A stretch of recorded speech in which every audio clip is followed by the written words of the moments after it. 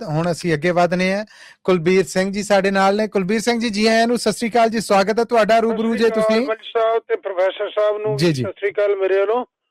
ਤੇ ਮੈਂ ਤੁਹਾਨੂੰ ਪਹਿਲਾਂ ਅਹਿਮਦ ਫਰਾਜ਼ ਦੀ ਗਜ਼ਲ ਛੋਟੀ ਜੀ ਸੁਣਾ ਦਿੰਦਾ ਜੀ। हुए जाते हैं क्यों, हुए जाते हैं क्यों गमख्वार कातल, ना थे इतने भी दिल, ना थे इतने भी दिल आजार कातल। वाह जी वाह। मसीहों को जब आवाज दी है, पलट कर आ गए हर बार कातल। हमेशा से हलाक कर दूसरे को के, हमेशा से हलाक एक दूसरे के, मेरा और तेरी, मेरा सर और तेरी तलवार कातल। आए हाय आए हाय। तेरी आंखों को जाना क्या हुआ, तेरी आंखों को जाना क्या हुआ, कभी देखे न थे बीमार कातल। वाह भाई वाह, वाह भाई वाह। वहाँ क्या दुआ दुआ खाही, क्या गवाही, यहाँ हो मुनसफों के यार कातल।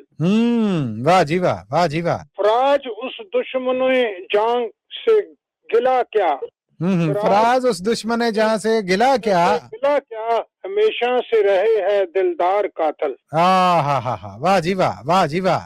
चलो जी, मैं ਹੁਣ ਤੁਹਾਨੂੰ ਇੱਕ ਆਪਣੀ ਗਜ਼ਲ ਸੁਣਾਉਣਾ। ਰਿਕਾਰਡ ਮੇਰਾ ਇਹ ਹੋਇਆ ਹੈ ਗੀਤ। ਜੀ ਜੀ ਜੀ ਜੀ।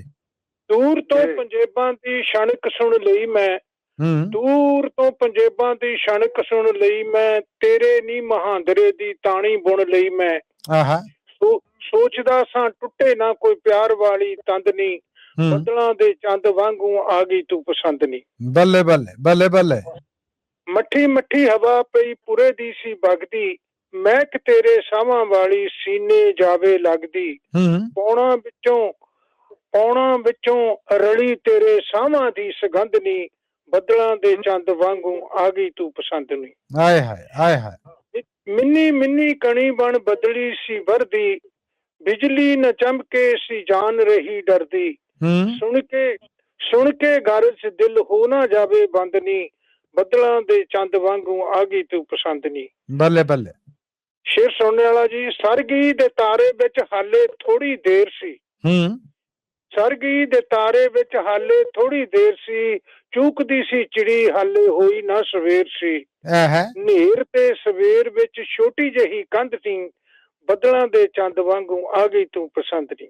ਵਾਹ ਜੀ ਵਾਹ, ਵਾਹ ਜੀ ਵਾਹ। ਤੁਰ ਪਏ ਸੀ ਹਾਲੀ ਗਲੀ ਬਲਦਾਂ ਦੇ ਟੱਲੀਆਂ, ਤੇਰੀ ਸੀ ਉਡੀਕ ਵਿੱਚ ਆਸਾਂ ਹੋਈਆਂ ਝੱਲੀਆਂ, ਫਿੱਕੀ ਲੋ ਸੀ ਤਾਰਿਆਂ ਦੀ ਛੁਪ ਗਿਆ ਚੰਦਨੀ, ਬੱਦਲਾਂ ਦੇ ਚੰਦ ਵਾਂਗੂ ਆ ਗਈ ਤੂੰ ਪਸੰਦ ਨੀ, ਬੱਦਲਾਂ ਦੇ ਚੰਦ ਵਾਂਗੂ ਆ ਗਈ ਤੂੰ ਪਸੰਦ ਨੀ। ਬੱਲੇ ਬੱਲੇ। ਬਹੁਤ ਖੂਬ, ਬਹੁਤ ਆਲਾ, ਵਾਹ ਵਾਹ ਜੀ। ਕਿਆ ਕਹਿਣੇ ਕੁਲਬੀਰ ਜੀ। ਧੰਨਵਾਦ ਜੀ ਤੁਹਾਡਾ।